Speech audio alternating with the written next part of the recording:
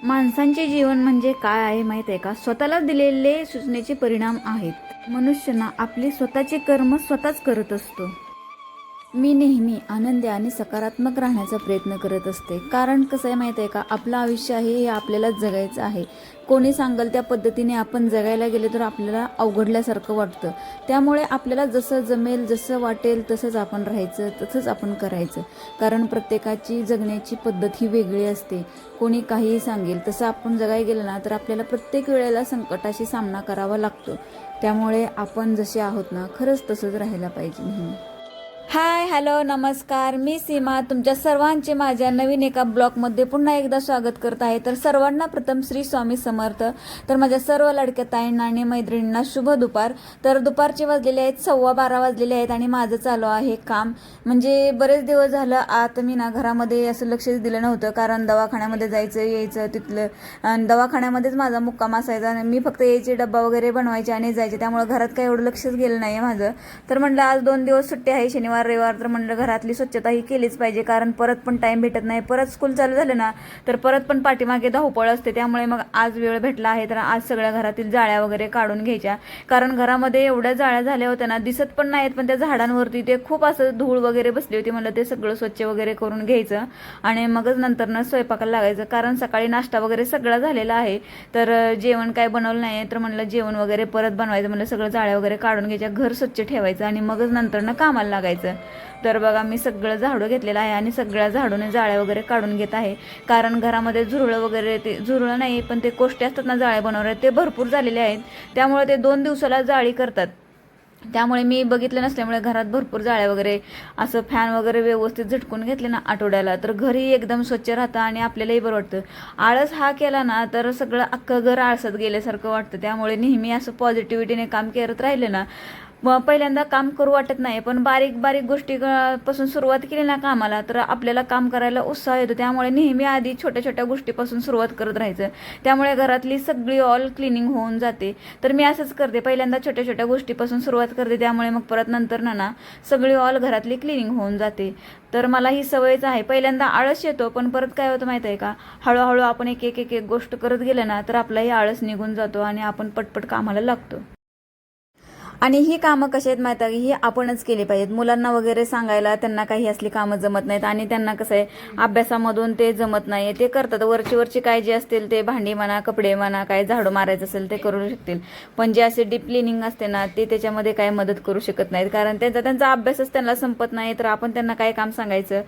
तर मग माझंच चालू असतं एकटीचं सगळं घरातलं काय असेल ते करायचं, सगळ्या घरातला पसारा काढायचा. मग मिस्टर मला ओरडतात, तू जरा पण आराम करत नाही, तुझं चालूच असतं सारखं, काय करायचं. म्हणलं का मी घरात असेल ना तर सारखं काय ना काय करत राहते. झोप आली तर निवांत झोपते पण मी, बरं का, असं काही नाही आहे की मी कामच करत राहते. पण एक दिवस जर असा लागला ना तर मी दिवसभर कामच करत राहते, तरीही असं वाटतं की काम का संपत नाही. आणि एक एक दिवस मी असा झोपूनही घेते. कारण आळस आला ना तर मग मी आरामही करते. जरा थोडीशी शरीराला आपल्या आरामाची पण गरज असते. असं काही नाही की फक्त कामच करत राहिले पाहिजे, घरातली सारखी स्वच्छताच करत राहिले पाहिजे. थोडंसं आपल्या शरीराकडे पण आपण लक्ष दिलं पाहिजे, थोडासा आरामही केला पाहिजे. माझं कसं असतं माहिती आहे, दुपारी 1 ते 1:30 वाजेपर्यंत मी घरातील जी काय असतील ना ती कामं करून घ्यायची. नंतर ना मग तिथून काय असेल ते एडिटिंग वगैरे करायचं. एडिटिंग करायला पण मला बराच वेळ लागतो, 2-2.5 तास लागतात. एडिटिंग करायचं म्हटल्यानंतर सगळा व्हिडिओ तो व्यवस्थित लावायचा, सेटिंग वगैरे करायची. त्यामुळे त्याच्यातही मला 2-2.5 तास जातात. त्यामुळे कधी कधी मी काय करत असते, व्हिडिओ बनवत असेल ना त्यावेळेलाच मला झोप येते. मग मी काय करते, तिथंच एक अर्धा तास झोपून घेते. नंतर मग उठायचं, मग व्हिडिओ बनवायचा आणि टाकायचा. आणि रोजच्या रोज हा व्हिडिओ हा आपला पडलाच पाहिजे. कारण एखादी गोष्ट घेतली ना हातात तर ती पूर्णही झाली पाहिजे, त्याचा आळस करून चालत नाही. तर बघा मी वरच्या सगळ्या जाळ्या काढलेल्या आहेत आणि जी साईडला कपडे वगैरे पडलेले आहेत ना ती मी सगळी हँगरची काढलेली आहेत. जे पडदे आहेत, बेडशीट वगैरे आहेत, मी सगळं ते बेडवरची बेडशीट वगैरे सगळं काढून तिथं टाकलेलं आहे. कारण मला ती आता सगळी कपडे व्यवस्थित एकदम भिजत घालायचे आहेत आणि धुवून पण टाकायचे आहेत. त्यामुळे मी सगळी काढून टाकली होती खाली. तर बघा त्या कपाटाखाली जे आहे ना ते ड्रॉवर वगैरे, त्याच्या खाली पण अशी केस जातात आणि त्याला चाका आहे, त्या चाकाला पण भरपूर केस वगैरे जाळ्या वगैरे झालेल्या असतात. त्यामुळे मग मी काय करते, ते सगळं ड्रॉवर बाहेर काढायचा, तिथून पण सगळी व्यवस्थित सगळ्या जाळ्या वगैरे काढून घ्यायच्या. ते एकदम स्वच्छ केलं ना मग आठवडाभर टेन्शन राहत नाही, एकदम घर असं क्लीन राहतं आपलं. आठवड्यातून एकदा तरी अशी चांगली एकदम क्लिनिंग केली ना तर आठवड्याभर आपल्यालाही टेन्शन राहत नाही. मग मुलं त्यांचं ज्यांना जमेल ना तसं ते आपलं करत राहतात. मग माझं कसं असतं, आठवड्यातून एकदा व्यवस्थित आपण स्वतःहून मी सगळी एकदम फरशी वगैरे पुसायचं, झाडू मारायचा, घरातील सगळी स्वच्छता करायची, ही माझ्याकडे असतं. देवपूजा पण आठवड्यातून शनिवार रविवार माझ्याकडे असते, कारण रोजच्या रोज मुलं कधी त्यांना टाईम भेटला तर करतात, नाहीतर मग ती माझ्याकडे असते शनिवार आणि रविवार. रोजचं टायमिंगचं तर मला देवपूजा भेटतच नाही करायला, कारण सकाळी लवकर उठायचं असतं. त्यामुळे मग हा स्वयंपाक आणि तेच जमत नाही आहे.